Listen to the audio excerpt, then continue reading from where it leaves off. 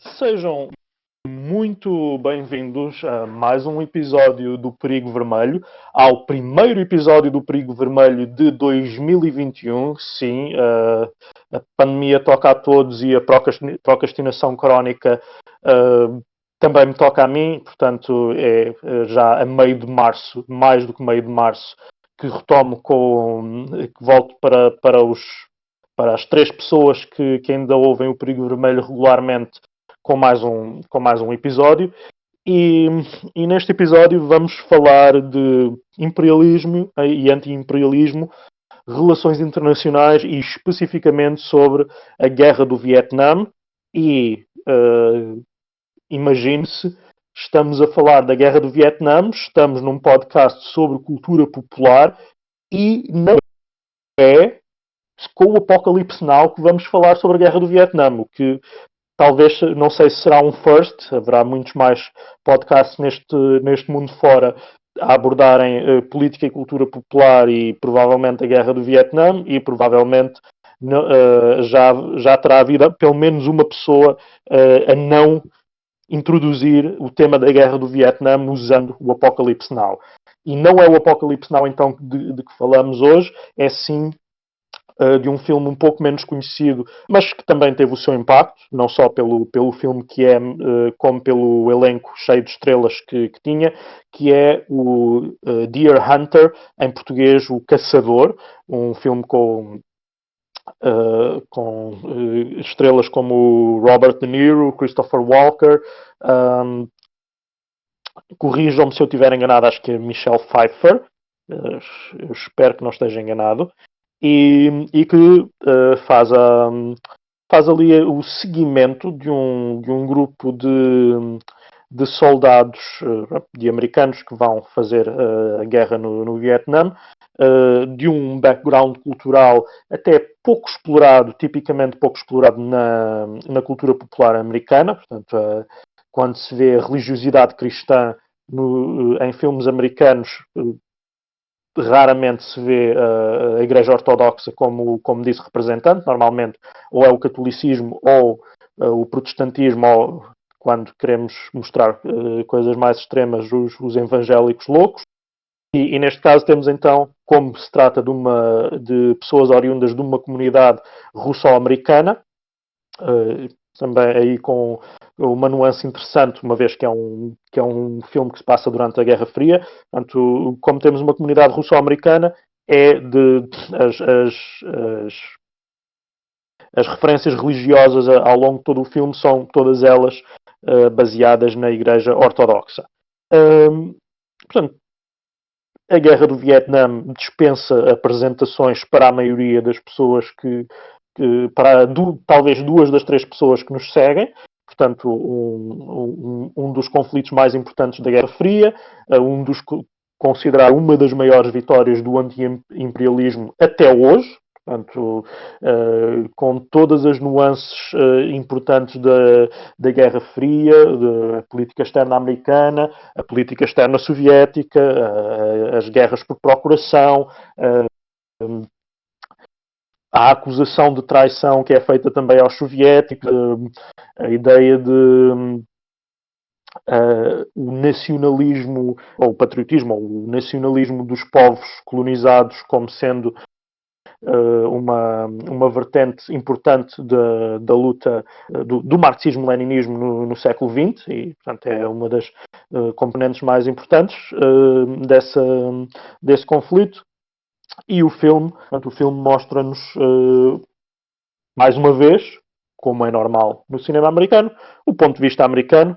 Como sabem, mesmo os filmes que são críticos acabam por mostrar sempre esse ponto de vista. Connosco temos como habitualmente, o Tiago Coxo, conhecidíssimo pelo podcast Bebida Vegetal à base de soja.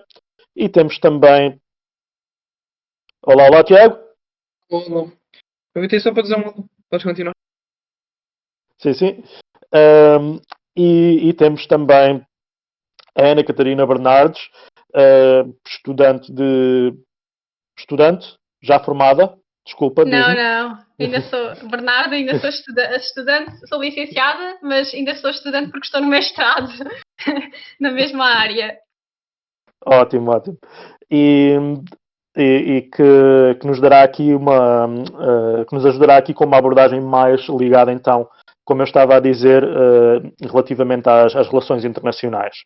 E é então com a Ana que começamos. Portanto, a Guerra do Vietnã, como eu já dei aqui uma pequena introdução, é importante no contexto da Guerra Fria e também pronto, na história em geral das relações internacionais no século XX e de tudo o que se fez de relações de teoria da política internacional ao longo da história.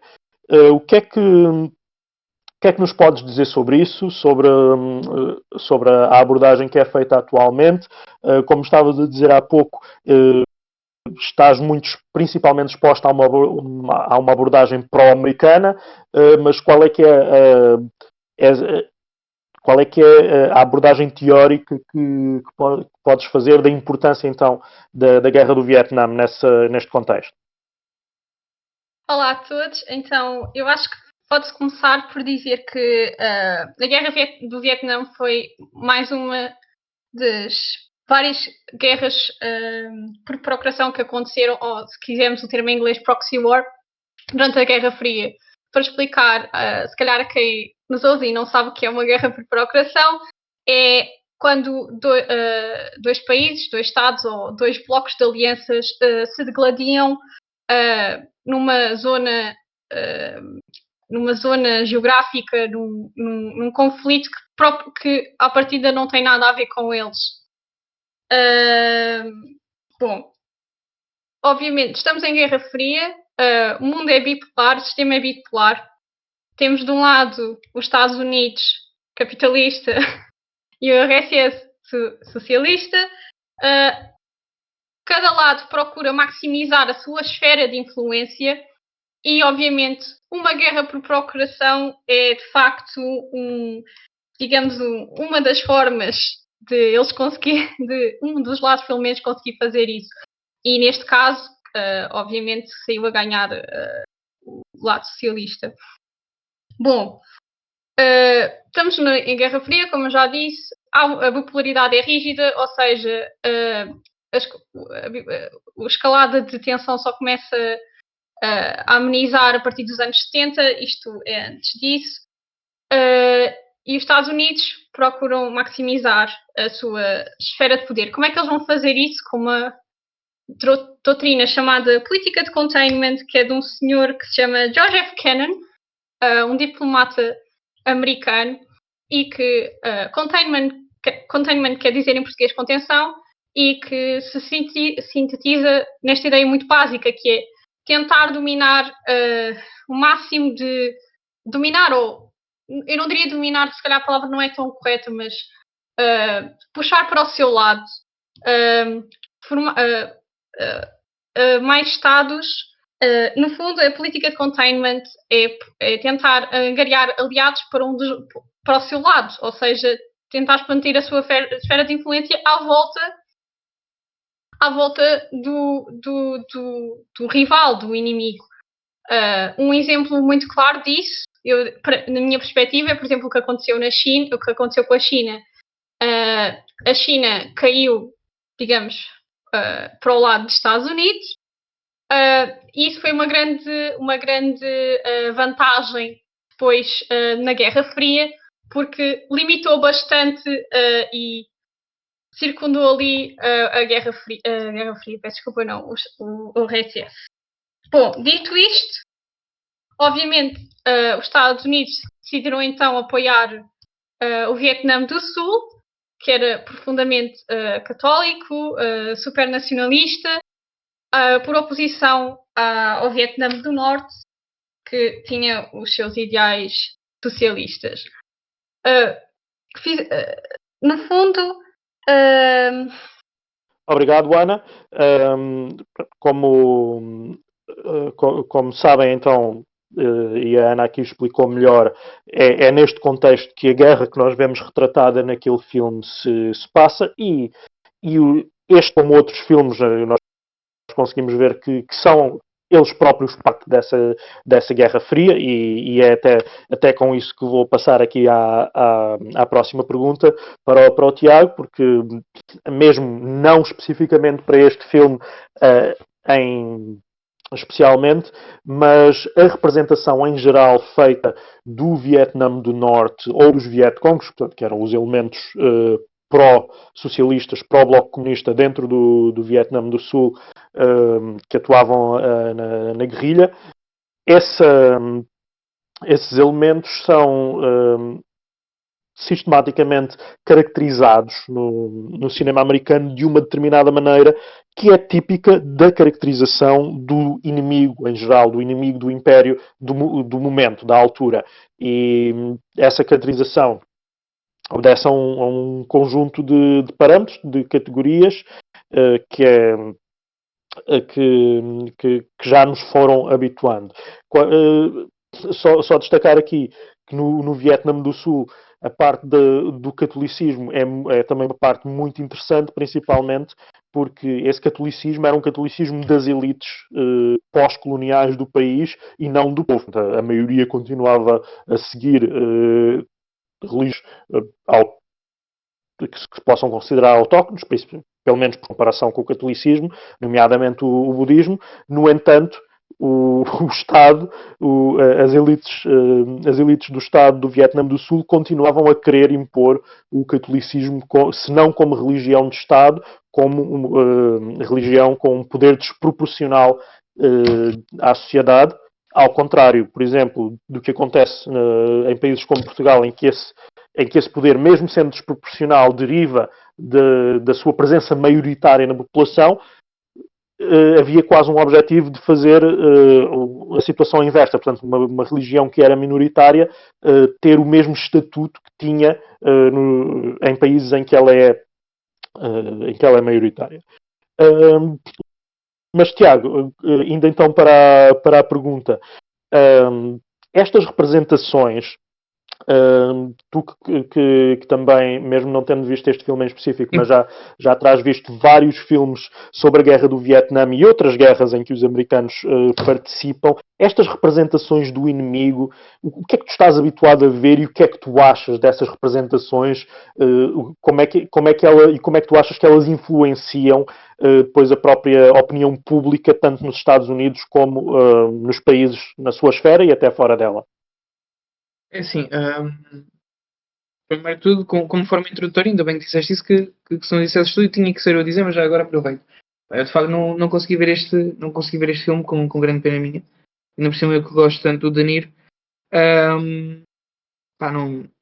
Não o consegui ver, mas tive a pensar há algum tempo e agora, antes disto, estive a falar com a Ana ainda.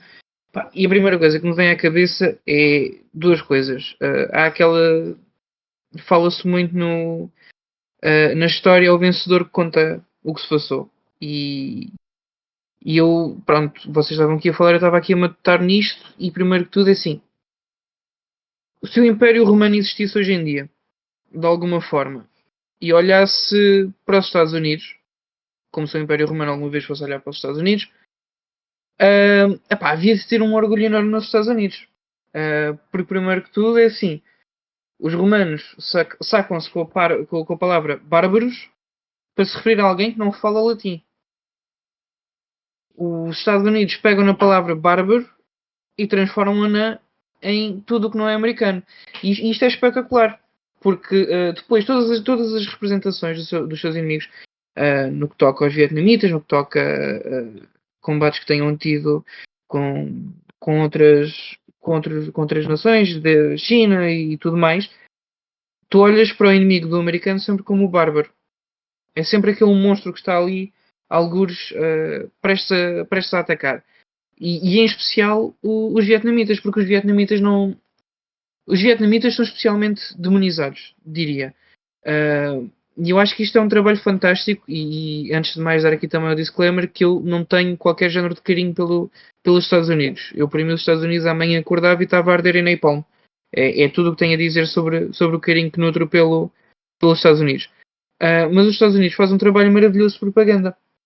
Primeiro que tudo, há que nos lembrarmos se isto é um filme de guerra, teve envolvimento do Departamento de Defesa e do Departamento relacionado com o Exército e que teve participação direta do Exército, ou seja, pode até ter sido fundado, como assim dizer, é a palavra inglesa, pode ter sido financiado diretamente pelo Exército para que faça a representação. Mas vamos ultrapassar isto, não é essa a imagem que queremos ver agora. A representação vietnamita em especial é muito, mas muito demonizada e são poucos os pontos.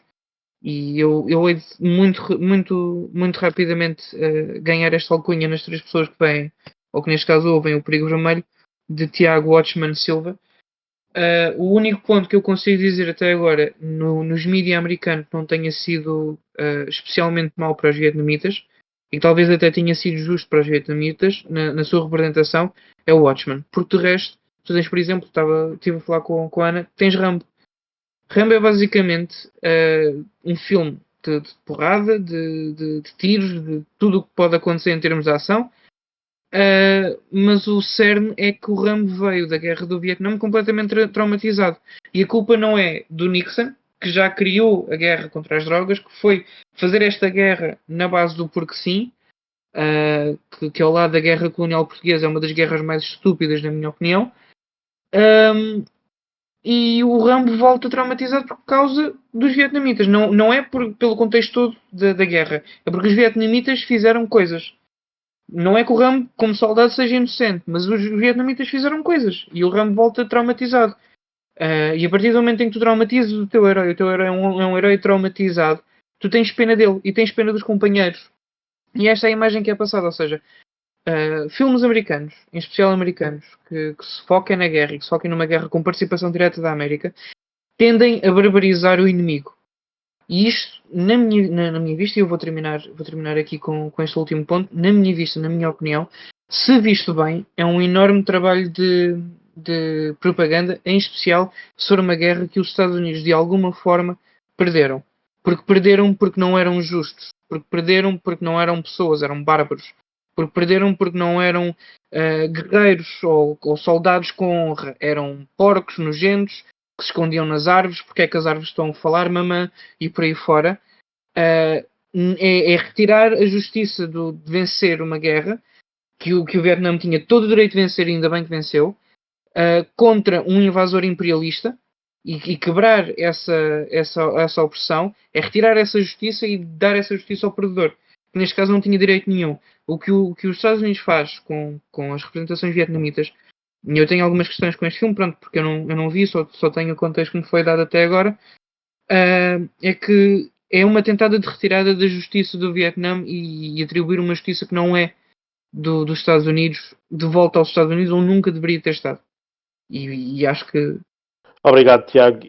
É muito por aí que se faz efetivamente essa caracterização. E, aliás, os Estados Unidos são bastante aptos nessa questão da validação dos derrotados nas guerras, nomeadamente de guerras perfeitamente que se possam considerar perfeitamente imorais, ou que imoral aqui nem seria o termo, mas em que é perfeitamente fácil perceber quem é que estava do lado do avanço da história e quem é que estava do lado reacionário da história. E neste caso os Estados Unidos algumas vezes até são capazes no caso do Vietnã, não são capazes disso, não são capazes de reconhecer essa justiça da vitória vietnamita, mas são capazes de reconhecer, curiosamente, a 2 dos seus principais inimigos, honra e algum tipo de... 2, talvez 3, atualmente, honra e algum tipo de... não de justiça na causa, mas de condução militar, que é, se formos a ver a lenda da causa perdida da Confederação, durante muitos anos, atualmente, felizmente, já está a desaparecer da cultura popular, mas durante muitos anos povoou a cultura popular americana. Portanto, a ideia de que a Confederação não eram as elites esclavagistas a tentar preservar a escravatura, era sim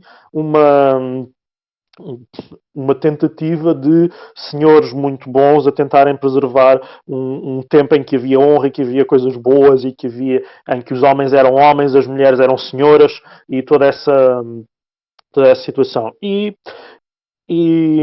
acho que eu não estarei a exagerar ao dizer que os Estados Unidos atualmente são mais capazes de requalificar historicamente os soldados nazis enquanto inimigos e mesmo os soldados imperiais japoneses do que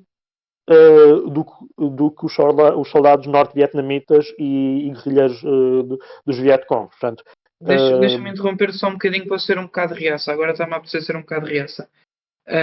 Sabes que todo este esforço de propaganda americana, de alteração de história e de ir modificando, porque vai mudando, é cíclico. Daqui a uns anos há de se mudar outra vez quem é que é o inimigo sem honra.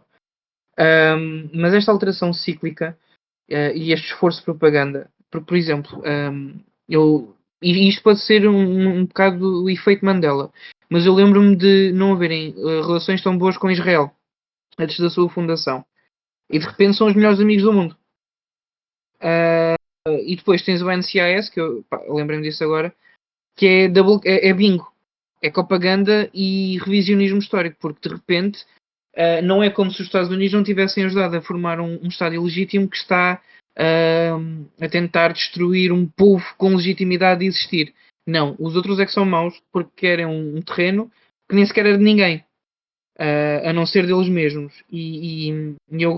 O ponto em que eu me apetece ser reaça agora vou-me apropriar de uma frase muito reaça que é esta propaganda toda e esta mudança cíclica do inimigo sem honra dos Estados Unidos faz-me lembrar um bocado aquele livro do 1984 do Orwell. E não sei se conhecem, mas era só para dizer que faz-me lembrar um bocado o 1984.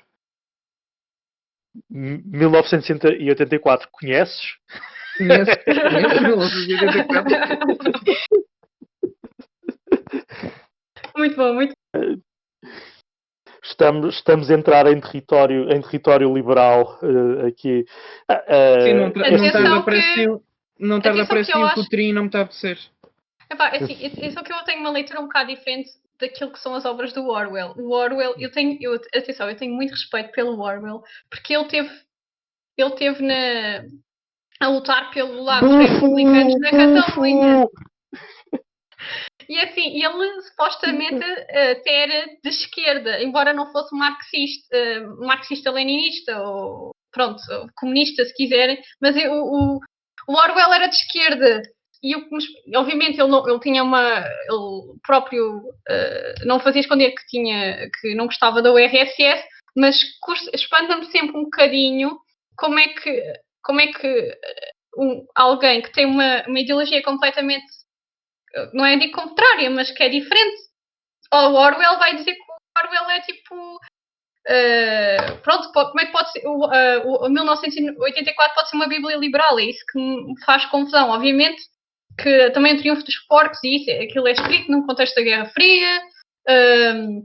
Há uma crítica à URSS, mas por amor de Deus, faz-me confusão, porque o Orwell não era liberal. E então eu fico assim um bocadinho de pé atrás cada vez que eu vejo um liberal a recomendar as obras do Orwell, porque eu pergunto, mas se tu conheces o autor sequer? É mesmo. Lá está, é o que dá não saber a história ou não fazer um contexto das obras na altura em que foram escritas. Porque é que o autor a escreveu, ou qual é que seria a mensagem. Se falarem do Atlas Shrugged, ok, aí é outra coisa, mas o 1984 dá-me assim eu percebo que obviamente os marxistas-leninistas não gostem dessa obra, e de outras do Orwell, mas faz-me confusão a questão dos liberais adorarem aquilo completamente. Por amor de Deus, o Orwell até tem o nome de uma rua, há uma rua ao pé da Plaça Catalunha, em Barcelona, com o nome do Sr. Orwell, portanto... Eu quero aproveitar só esta divagação para... É assim, há que me lembrar acima de tudo que o Orwell é anti-Stalin. O Orwell tinha mas um ele ódio sempre foi. Sim, Exato. mas o Orwell tinha um ódio a Stalin que não era... Como é que eu ia dizer? Não era segredo nenhum. E o que aconteceu foi que Orwell tinha ódio a Stalin, mas respeitava. Era um bocado aquela questão do eu não sou contra, mas respeito. Não estamos. Pá, terminando só esta divagação. Orwell, acima de tudo, era anti-Stalin. E o que foi feito, pelo menos na minha visão, foi aproveitarem-se desse ódio a Stalin e da confusão toda que foi a vida dele, porque o homem esteve na Índia a serviço do Império Britânico contra a vontade e volta para a Inglaterra só para ir para a Espanha combater na guerra. Na guerra civil. E aproveitaram-se que o homem acaba a vida derreado, completamente estafado, esgotado, doente, a escrever um livro no máximo do seu ódio por Stalin, e dão-lhe ali uma lista e o bacana, literalmente no pico do seu cansaço, diz: pá, estes não porque são a favor de Stalin. E a lista que lhe dão é: mas quem é que tu achas que possa ou não gostar desta propaganda esquerdista? Ele diz: pá, olha, esquerdismo tudo bem, mas olha, estes aqui, eu aconselho-te a não entregares o panfleto porque são a favor de Stalin. Pá, o homem é considerado um bufo, eu compreendo porque é que é considerado um bufo, compreendo porque é que os stalinistas o consideram um bufo. Se eu o posso achar um bufo? Não. Porque é que ele é o herói dos liberais? Porque era anti-stalinista. E os liberais nesta nova vaga, pelo menos a vaga que está a entrar na IEL, e eu vou terminar por aqui, antes que me apareça o Coutrinho à frente, esta nova vaga liberal está muito mais interessada em falar mal do comunismo, porque Stalin, 100 milhões, vuvuzela, Venezuela, iPhone, do que propriamente discutir o ponto em que Stalin possa ou não ter errado, e que isso é discutido dentro do comunismo. Eu, pelo menos, não passo uma semana sem ver essa discussão, e também compreender que eles não são santinhos nenhuns, porque eu basta falar em Pinochet e de repente, e tal, não era Pinochet não era liberalista a sério. Mas assim que eu digo que nunca houve comunismo a sério, já é, e tal, nunca houve comunismo a sério. De facto não houve. Houve entrada inicial, que é o socialismo, que é onde se encontra Stalin, é onde se encontra Lenin, e é onde agora a Rússia poderá ou não estar, depois de se ter afastado por causa do Gorbachev.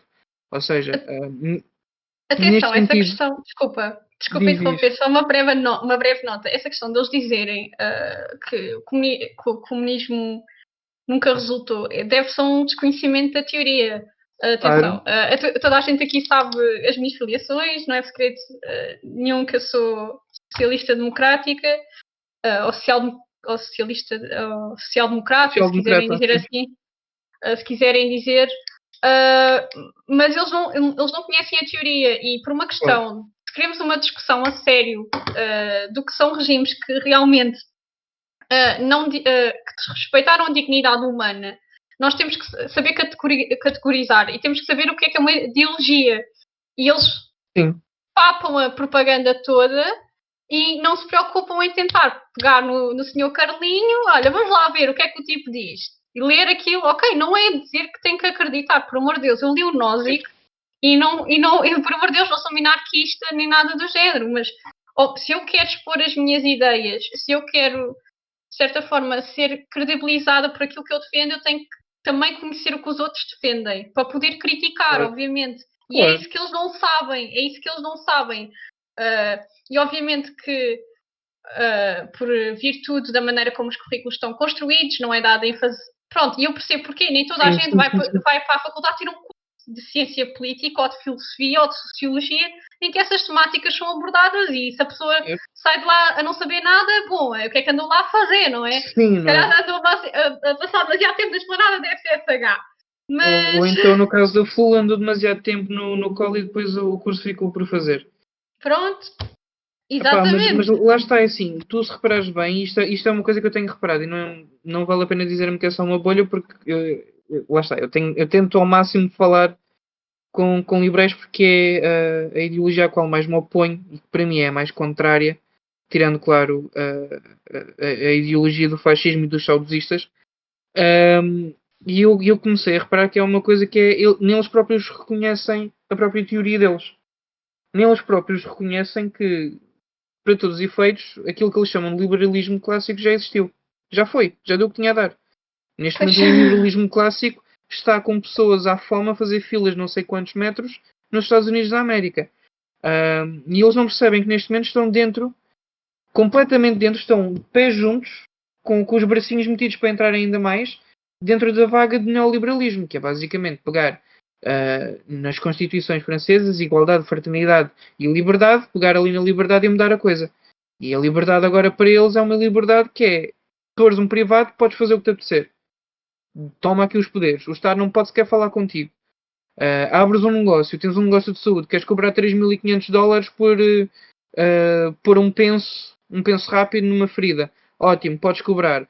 Outro hospital privado que cobra menos que isso já está a competir contigo. E é assim que isto vai acontecer.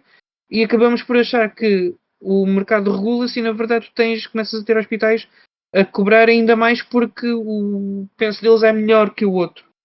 E quando és por ti, tu partiste um dedo, precisas de o compor e mais vale morrer do que literalmente fazeres o caminho para o hospital e pagares aquelas contas todas.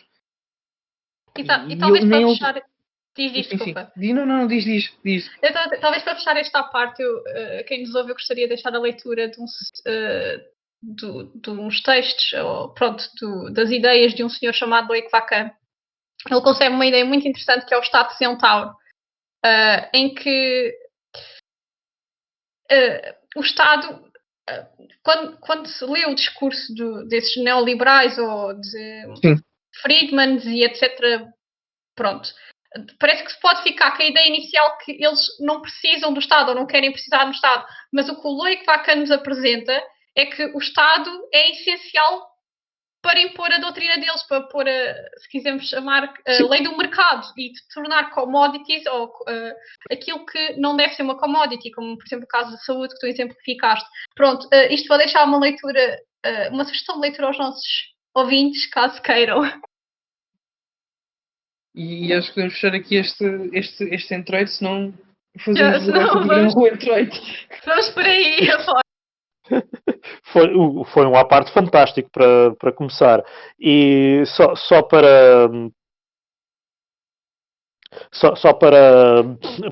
terminar, na questão do George Orwell, há uma questão muito simples que eu acho que é tanto quem glorifica o George Orwell como anticomunista, como quem o critica a um determinado nível também como anticomunista, devia talvez lavar a boca antes de falar. Concordo.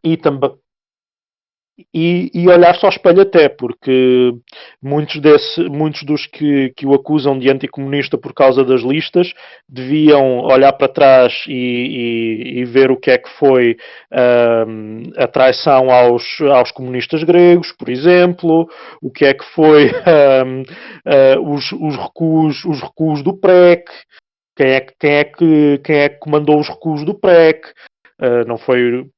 Não foi o PS sozinho, porque o PS literalmente estava do outro lado nessa altura. A ideia, lá porque a direita acredita que o Álvaro Cunhal era uma espécie de vilão de banda desenhada que os queria mandar para a Vuvuzela, que nessa altura nem existia, não quer dizer que o PCP tivesse assim tão apostado nessa vitória revolucionária nesse período. E isso é importante de destacar para quem tem esses ímpetos de pureza, principalmente quando dirigidos a pessoas que literalmente trocaram balas com fascistas. Isto é importante de destacar. Eu subscrevo o que foi dito. Eu faço aqui a minha nota, eu subscrevo tudo o que foi dito até aqui. Eu também, tendo em conta que eu estudei um bocadinho a questão do PREC e do 25 de Abril do ponto de vista das relações internacionais e se calhar fazendo aqui um contraponto muito rápido, como eu disse há bocado, nos anos 70 houve uma coisa chamada détente. O que é que isto quer dizer? Que houve um arrefecimento da tensão entre os dois blocos, entre o bloco dos Estados Unidos e a União Soviética. E de certa forma, eles não estavam interessados em... Isto foi explicado até por um professor meu. Não havia assim grande interesse dos soviéticos em tentar escalar mais as coisas. Obviamente que sim, que havia ligações entre o PCP e o PCUS. PCUS da União Soviética, ok? Mas... E obviamente que teriam o apoio deles, isso não... Claro que tinham. Mas vamos olhar onde é que está... Isto é uma aula básica de geografia. Onde é que está onde estava a União Soviética e onde estava Portugal? Era muito facilmente Portugal resvalava para o lado das potências ocidentais, quer dizer, pronto, se calhar parece-nos óbvio que estamos a olhar já a partir de um ponto de vista, estamos a olhar para o passado, se calhar no momento não era tão óbvio, mas isto é a leitura que eu faço.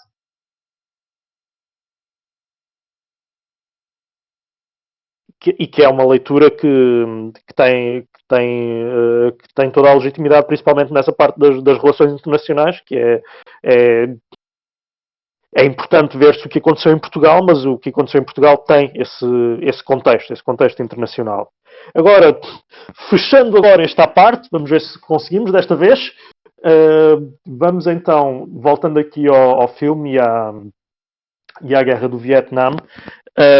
Ana, tu diz-me uma coisa, ao longo do filme, ao longo daquelas 3 horas de interpretação fantástica do Robert De Niro e do Christopher Walken e da Meryl Streep, não da Michelle Pfeiffer, da Meryl Streep, fazer aqui agora a correção, ao longo do filme tu vês representada algum conceito específico de relações internacionais, do CPRI, que tu gostasses de destacar, que achas que é importante em alguma das cenas que vemos ao longo do filme? Bom, eu gostaria de se calhar começar do início do filme. Se calhar eu não punha a questão tanto de relações internacionais, se calhar, como é que eu ia te explicar? Vamos começar pelo início do filme. Para começar, as 3 personagens principais, pronto, o Nick, o Michael e o Steven, sendo o Michael o Robert De Niro, que pronto, acaba por ser a mais principal delas todas. Eles são operários metalúrgicos e no início eles até estavam entusiasmados de ir para a guerra e há aquela noção, quase que é no fundo um pouco aquilo que se chama de alienação, que é eles, depois os colegas deles até disseram, vê lá se matas uns quantos e não sei o que, eles estavam felicíssimos porque iam ajudar o país, pronto, iam contribuir, iam combater pela pátria. E a dada altura no casamento entra um soldado vindo da guerra do Vietnã e eles todos felizes, mataste uns quantos e mataste quantos e não sei o quê, ofereçam bebida ao homem e tal. E o homem olha para a felicidade deles com uma certa perplexidade e nota-se que tem um olhar carregado de quem veio da guerra. Isso é de certa forma um prenúncio daquilo que vai acontecer depois aos nossos personagens e, portanto, eu queria começar já com a questão do conceito de alienação, porque eles não sabem no que é que se estão a meter. Obviamente que, e isto, independente de ser americano ou ser vietnamita ou português ou o que seja, é compreensível que haja pessoas que tenham algum sentimento de patriotismo. Eu não acho que eu faço a distinção entre ser nacionalista e ser patriótico, ou seja, patriotismo para mim é ter um sentimento de, não diria carinho, mas de gostar do país, de querer contribuir com algo para o país, e nacionalismo, tudo aquilo que nós sabemos que é fascismo, pronto. Pelo menos é assim como eu uso as palavras, para tentar distinguir um bocadinho as duas coisas. E nesse caso, no caso deles, não há qualquer tipo de chauvinismo, nem de nacionalismo exacerbado. Ok, eles dizem aquelas coisas, quantos é que mataste, mas não é com um sentido de quase reacionário ou algo do género. Bom, quando se vai para a guerra, a questão é outra. E ali, de facto, e eu aqui queria discordar na análise do Tiago, eu acho que os nossos 3 personagens são capturados por Vietcongs, por uma guerrilha, e são obrigados a jogar à roleta russa. Como forma de tortura psicológica e pronto, e caso tivesse um infortúnio seriam mortos por eles próprios. Bom, e essa roleta russa no fundo também significa aquilo que é a guerra, que no fundo somos obrigados a entrar num jogo de pura chacina, de pura violência, de pura atrocidade, daquelas que se calhar nós estamos habituados a ver nos filmes de terror. Por outro lado, Isto passando um bocadinho mais à frente, os nossos heróis conseguem, por assim dizer, conseguem escapar do sítio onde estavam, muito a custo. Um deles depois viria a ficar o Steven, aliás. O Steven viria a ficar sem 2 pernas e sem um braço. Eles conseguem escapar. E as sequelas que a guerra traz são enormes. E, de facto, tu falaste da questão do Nixon e da questão das drogas e do problema das drogas, e acho que uma personagem que exemplifica bem essa questão que tu mostraste é a personagem do Christopher Walken, que é o Nick.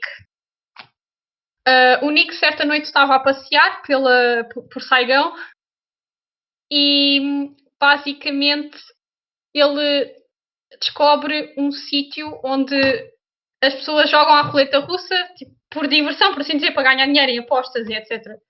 E ele é aliciado pelo dono dessa espécie de casino, não quero chamar de casino, mas pronto, para assim exemplificar, aliciado a entrar nisso. E como trauma de guerra, ele entra, ok? E ele, a história dá a entender mais tarde que ele safou-se muito bem, por assim dizer. Obviamente que isto é uma coisa séria, mas ele safou-se e ganhou muito dinheiro à pala disso, tanto que mandava para um dos seus amigos, para o Steven. E no final do filme, porque ele fica lá, digamos, preso, ele sucumba às drogas. No final do filme vemos os braços deles todos cheios de nódoas negras, todos cheios de hematomas, porque é um vício. E ele, de facto, depois no final do filme, o Robert De Niro tenta ir buscá-lo e ele jogam à roleta russa e o Nick morre a jogar à roleta russa. Portanto, só isso exemplifica os traumas de guerra. Porque, literalmente, eles foram carne para canhão. E esta questão que eu gostaria de mencionar, que é, mesmo que, ok, seja dado um bocadinho a perspectiva dos americanos, e embora eu acho que não seja um género de filme de ramo, nem nada disso, nas guerras, quem sofre sempre é o mexilhão, por assim dizer. E acho que Marx tinha um género de ideia que era que as guerras serviam para pôr proletário contra proletário. E de facto é isso, porque como exemplificam os Black Sabbath na música deles, no War Pigs, que é sobre o Vietnã. Eles foram carne para canhão, aquelas pessoas foram carne para canhão. Foi uma geração que foi marcada por uma guerra estúpida, sem sentido nenhum, por pura maximização de poder. E atenção, podemos dizer, mas isso pode ser conversa de comum, não sei o quê. Não, por exemplo, uma pessoa social-democrática, a social-democrata da minha área, o Olof Palme, opunha-se bastante à guerra do Vietnã. E de facto, eu queria deixar aqui uma nota também, porque hoje em dia tem havido algumas vozes a quererem exaltar o serviço militar obrigatório, a quererem exaltar proezas de guerra. A guerra não é bonita. Podemos dizer, bem, aquela guerra X ou Y foi mal necessária porque era necessário defendermos deste ou daquele. Tudo bem. Mas a guerra não é bonita. As pessoas saem de lá com traumas. As pessoas não saem de lá as mesmas que eram. Ir para uma guerra não é a mesma coisa que jogarmos o Call of Duty no nosso quarto. E acho que é um filme, apesar de ser bem aos 18 anos e um pouco impressionável, acho que se calhar esses senhores pessoas que acham que têm assim um fetiche pelo que é belo e que deviam ver e pensar 2 vezes antes de dizerem qualquer coisa desse género. E para já é só isto.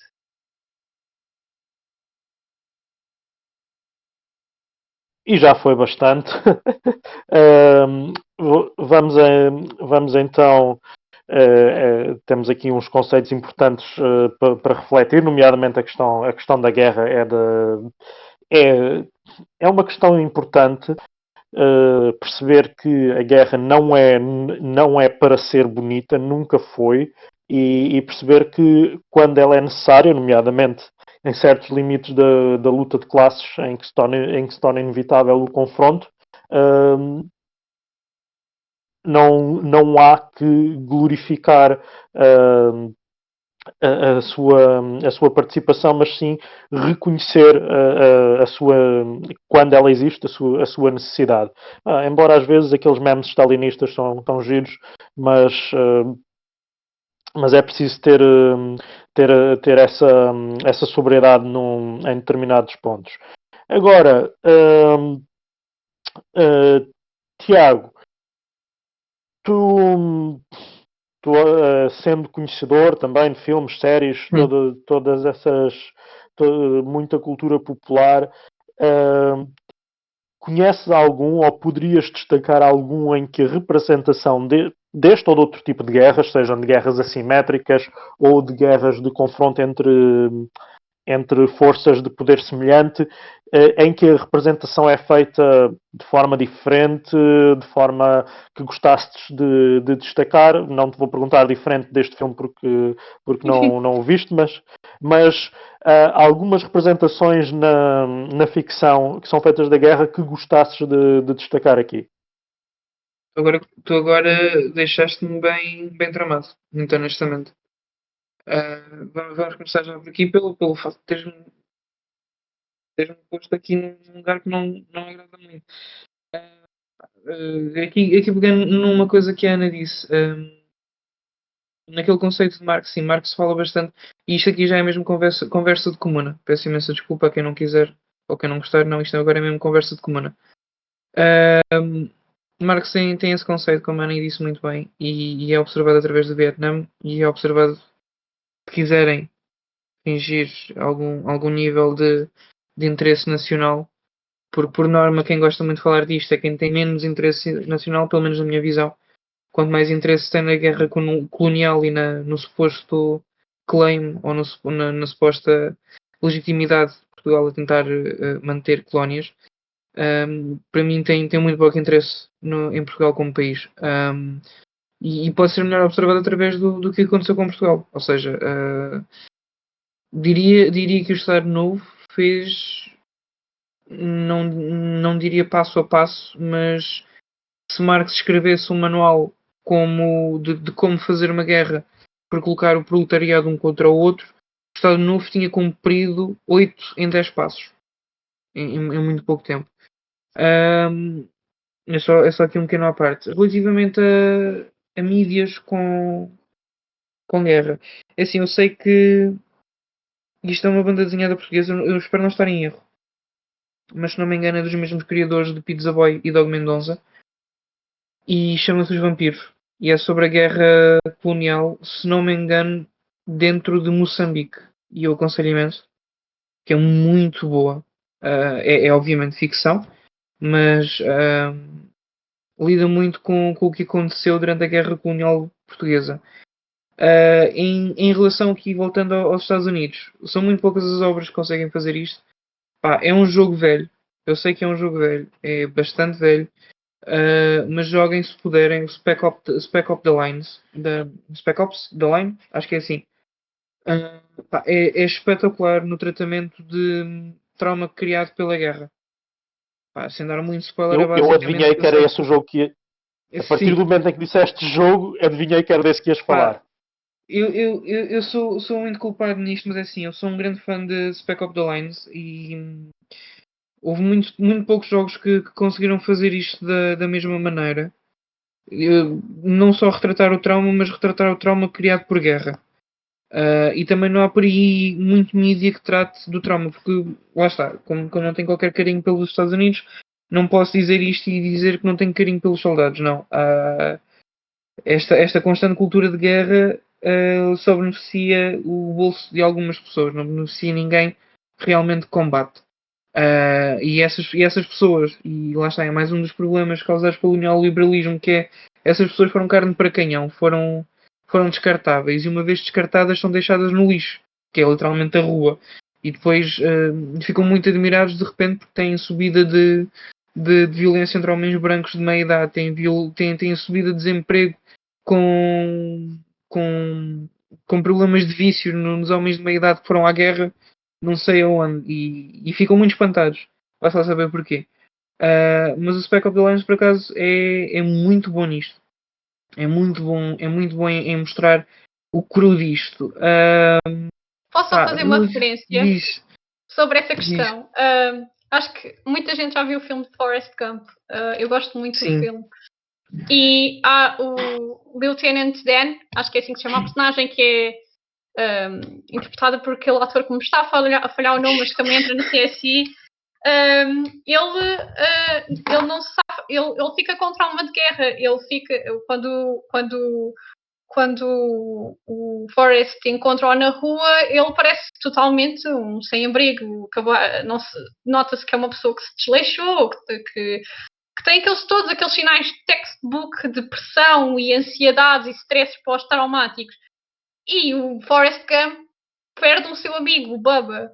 Portanto, embora o filme seja, talvez o Forrest Gump seja feito num registro mais, exatamente, Gary Sinise, lá como é que se diz, seja feito num registro mais leve, não deixa de retratar isso. E pronto, e era esse ponto que eu queria chegar à atenção. Volto a repetir, e principalmente, e volta-me um bocadinho também, volta-me uma parte das pessoas não perceberem para que é que serve um exército, ou não percebem porque é que precisamos de militares, como, se calhar, digamos, com um mal necessário, e não digo isto para ofender quem seja militar, muito pelo contrário, eles fazem uma coisa que eu não seria capaz de fazer, que era alistar-me no exército ou nas forças armadas, se calhar melhor dizendo. Sim. Mas perceber que não é um trabalho bonito, não é glamouroso, não é... é a mesma coisa que ser polícia, quer dizer, às vezes podemos ver, se calhar só passar multidões de trânsito, não, se calhar temos que sacar a pistola para defender alguém. Sim. Com todas as defeitos que possa ter a polícia de questão de racismo, etc. Pois, e se calhar pode ser cada pistola para não morreres e teres que morrer. É que as pessoas não pensam nisso, é tudo muito... parece que, e indo contra aquilo que tu disseste há bocado de haver propaganda de uma glamorização, por exemplo, falo da questão dos Avengers, eu adoro os filmes da Marvel, completamente fã. Mas há ali uma glamorização muito dos militares e pau, e tiros para ali, o mal morre, etc.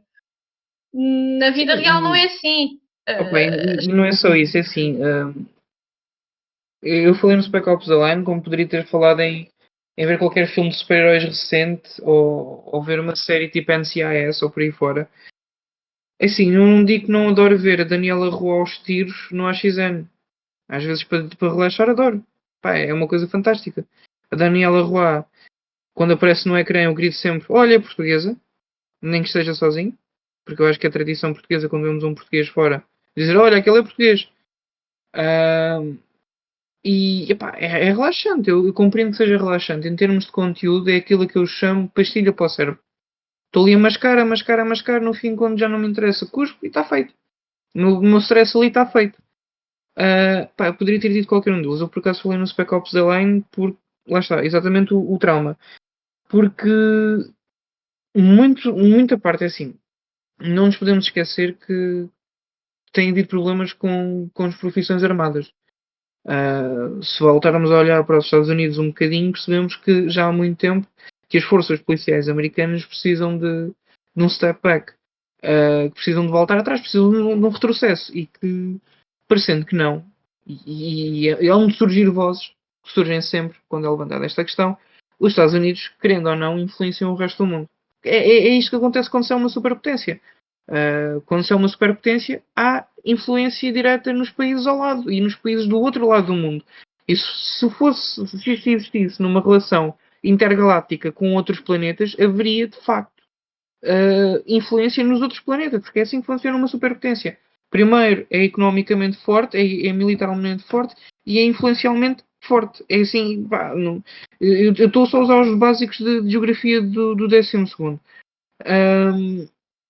E, por exemplo, não influenciam. E depois vamos encontrar casos de abuso de polícia, de força policial.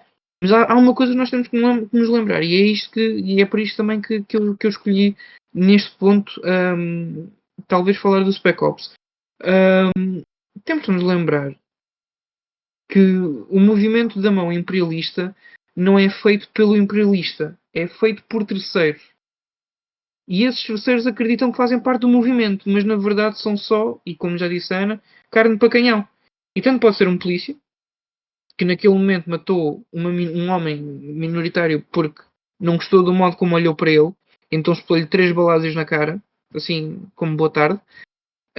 Ou pode ser o soldado socialista porque teve mais notas, porque o sistema educacional americano é um nojo, porque não tem alternativas de vida, porque o sistema educacional dos Estados Unidos é um nojo, porque está desgraçado porque o sistema de emprego e o sistema de trabalho dos Estados Unidos é um nojo, e a única outra opção que tem é ou vive na casa dos pais sem o seu metusta seu nome até o resto da sua vida, e isto se não for posto na rua pelos próprios pais, ou lista-se e ganha dinheiro. E é assim que os vão buscar à escola. Queres ganhar dinheiro? Já não sabes o que é que has de fazer? Farto de chumbar e tens 18 anos? Vem ter connosco ao exército. E de repente aquele miúdo de 18 anos está a apanhar-se num sítio que não sabe como é que vai sair. Se alguma vez conseguir sair, porque são raros os casos em que eles conseguem de facto sair. Porque uma coisa é alistar-te, combateres, como acontece nos Estados Unidos, tens de combater pelo menos uma guerra, porque eles são sempre envolvidos em alguma, e depois sim podes voltar a casa ao fim de algum tempo, ao fim de teres cumprido o teu serviço, por exemplo, ou teres cumprido um certo X de tempo.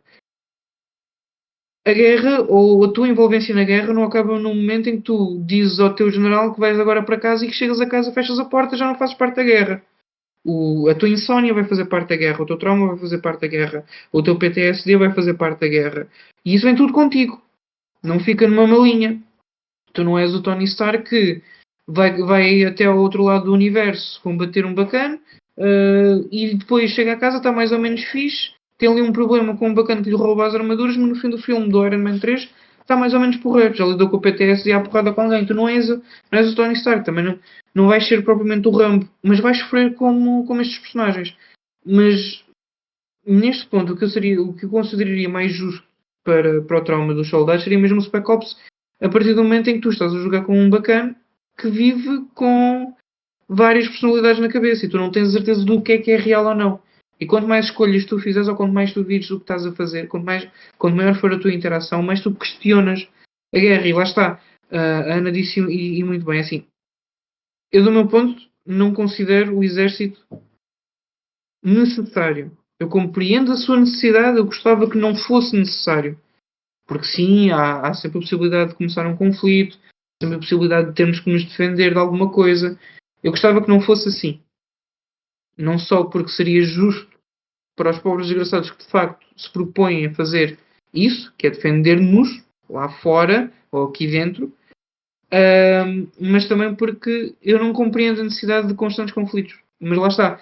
São pessoas que são treinadas para conflito, para estar à espera de conflito, para estar à espera de hoje para amanhã acordar e ter uma guerra para combater. E uma guerra para combater não é ir lá abaixo meter uma carta ao CTT. Às vezes é parecido, há algumas semelhanças, mas não é propriamente isso. Há muito mais coisas envolvidas. E não é propriamente aquele aborrecimento de ir meter a carta ao CTT e voltar a casa e tipo, perdi 3 horas da minha vida. Pode-se perder anos, pode-se perder a vida.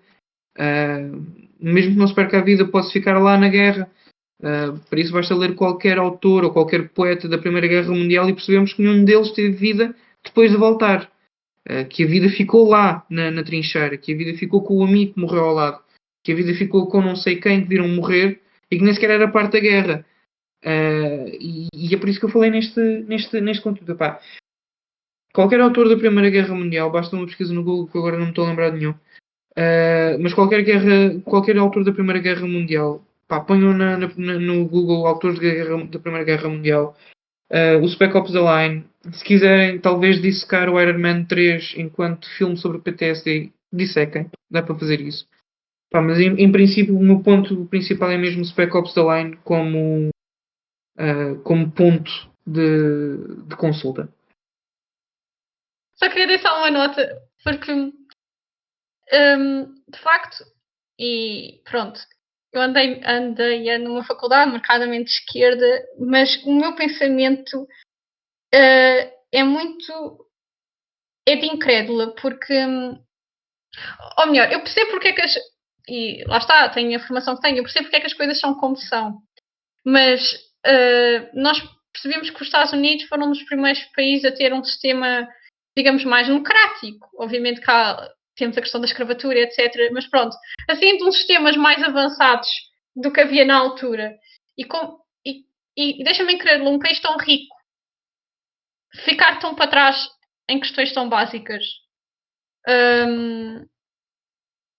Eles têm, porque não estamos a falar de um país em que tem problemas estruturais de recursos. Eles têm as coisas.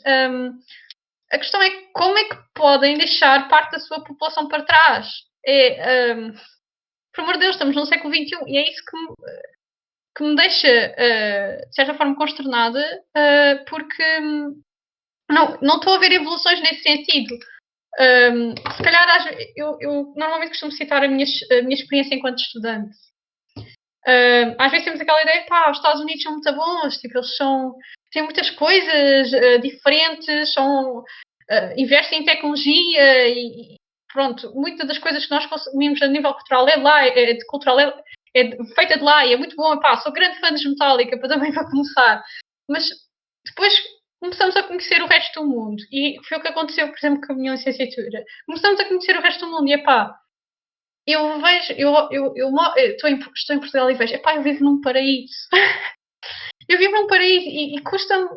E vejo que, mesmo o meu país, com as falhas que tem, consegue ser mais avançado em termos de ter um sentido de comunidade do que eles. Um sentido de comunidade, obviamente, plasmado no Estado e nas regras que regem o Estado. E dando o exemplo do welfare state, pronto, é isso. E deixa-me incrédula como é que eles ainda estão a debater a questão do Obamacare e depois há outra coisa que me deixa, que eu acho que é de uma desonestidade intelectual que não tem explicação. Qualquer povo é livre de escolher o líder que quer e isso é uma questão de soberania e eu não vou tocar aqui. Mas como é que podem achar que o Joe Biden vai mudar tudo? Não, o Joe Biden é mais do mesmo. Ok, podemos retirar a questão dos comentários racistas e, obviamente, sim, tipo, há essas diferenças entre o Trump que são de notar e que são de salientar, ainda bem que se tirou de lá o Trump, obviamente, entre o Joe Biden e o Trump, obviamente que é melhor Joe Biden, ninguém põe isso em causa. Mas, de repente, parece que uma metade de comentadores da televisão achava que tipo, isto ia tudo mudar para melhor. Não! A questão de... Eu até disse, na altura, num debate no qual eu participei de uma iniciativa, que ele não vai tirar financiamento da polícia, quer dizer... Fala-se muito da questão do defund da police para tentar desmilitarizá-la, não é uma questão de não pagar às pessoas, é tentar torná-la mais humana, por assim dizer. E ele não vai mexer nisso. Se a pessoa não vai mexer em questões estruturais, como é que se está à espera de uma mudança? É isso. As pessoas falam, mas o Trump era muito hostil com a União Europeia e amigos, as relações entre... Eu não diria que fossem más, mas as relações entre os Estados Unidos e a União Europeia... os Estados Unidos começaram a olhar mais para o Pacífico por causa da China, já no mandato Obama. Não estou a dizer que o Obama fosse anti-União Europeia, etc. Mas não, ao passo que durante muito tempo a Europa tinha um grande protagonismo nas relações externas dos Estados Unidos. Atualmente já não é assim. É mais a China. Isso já aconteceu com o Obama. O Trump, pronto, teve aquela maneira completamente... não tem outra maneira de dizer, fascista, de lidar com as coisas e foi completamente... criar tensão e completamente pouco democrático, pouco respeito pelos pares e por os outros Estados. Enfim, sem palavras. Mas as pessoas têm que começar a pensar que há coisas que vêm de trás, não é só o momento que conta.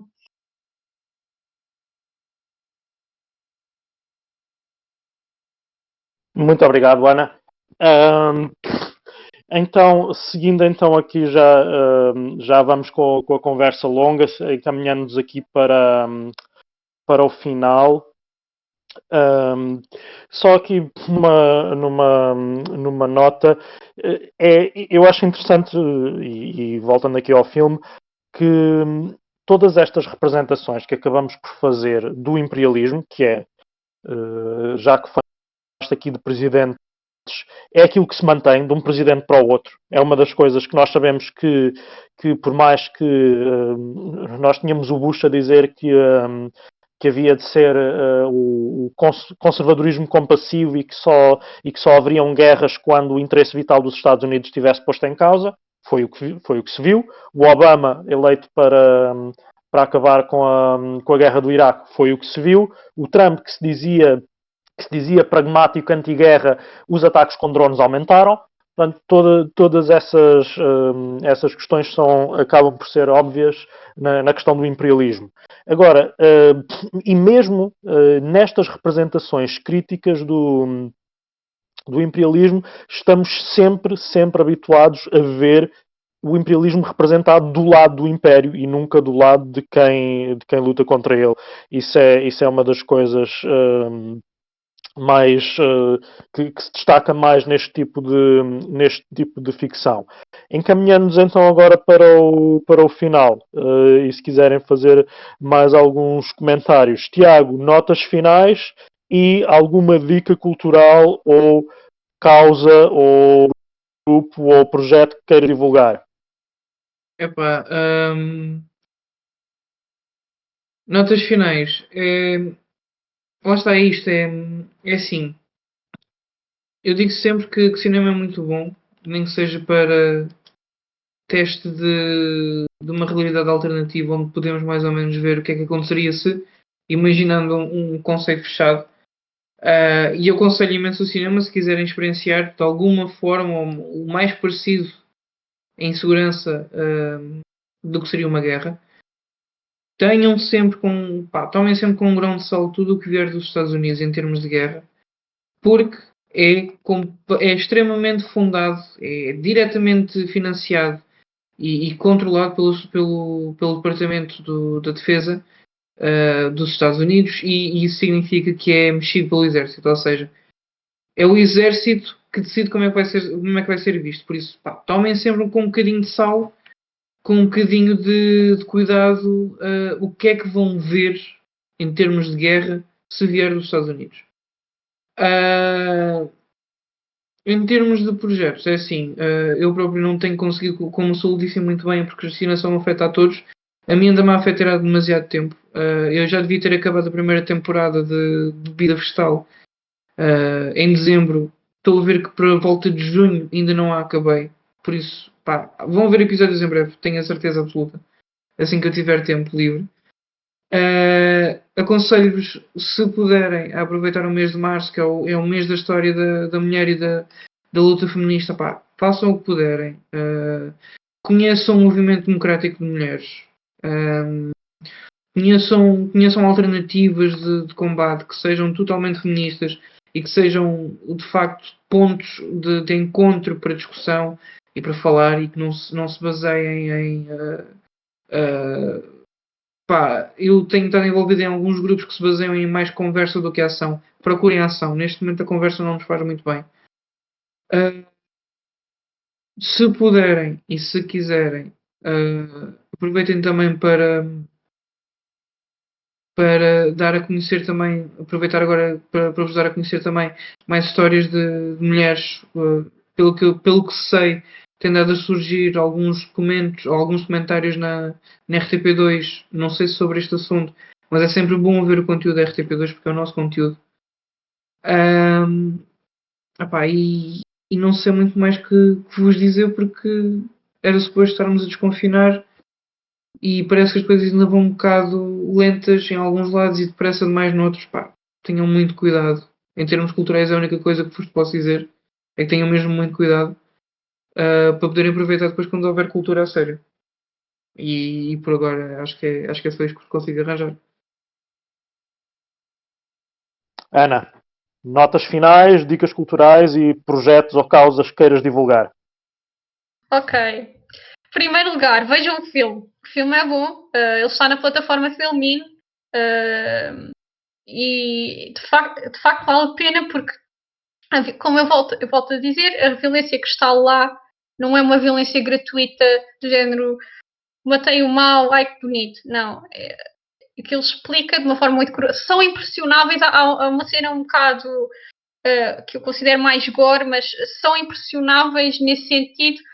Talvez, se calhar, não devessem ver, porque eu sei que há pessoas que, pronto, nos faz confusão e respeito isso, mas se não tem qualquer problema com isso, vejam o filme, porque realmente é muito interessante e não. E de facto faz-nos refletir sobre aquilo que é a guerra e as suas consequências. Música. Já que estamos no Vietnã, falar sobre o Vietnã, talvez eu recomendaria a questão música dos Black Sabbath, War Pigs. E se calhar, se quiserem ouvir depois o álbum todo, que já não está tão ligado à guerra, mas essa música em questão, que é como uma manifestação, mais outra manifestação cultural contra aquilo que são as políticas daquela altura. A arte enquanto oposição, enquanto resistência. Projetos. Assim, projetos. Esta altura está difícil com o confinamento. Portanto, não tenho assim nenhum em mente. Talvez livros que eu recomendasse. Eu vou fazer aqui uma coisa, vou recomendar aqui um livro que se calhar é um bocadinho contrário às ideias deste podcast, que é o Diplomacy do Henry Kissinger, porque realmente o senhor dá para perceber muito bem quais é que são as intenções dos Estados Unidos, ou como é que se formulou a política externa dos Estados Unidos durante muito tempo. E independentemente se gostamos dos Estados Unidos, não gostamos dos Estados Unidos, se queremos compreender o mundo em que vivemos, acho que é uma obra, é um calhamaço, mas vale a pena. E está disponível e traduzido em português e de certeza que existe nas bibliotecas, porque é um clássico da área.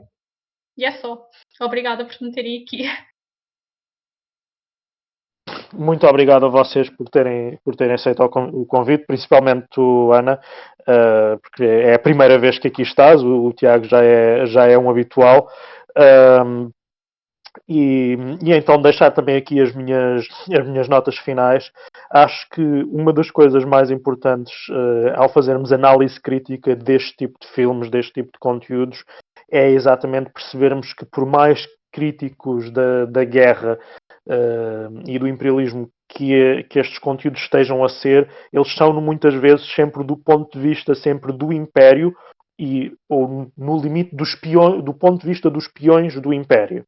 E temos de ter em conta agora, atualmente, principalmente, as questões da divisão internacional do trabalho, da ideia de que mesmo as classes trabalhadoras no norte global devem ser vistas de uma maneira atualizada no que toca a uma visão, digamos, marxista do mundo. Essa visão não é obviamente estanque, mas deve ser tida em conta.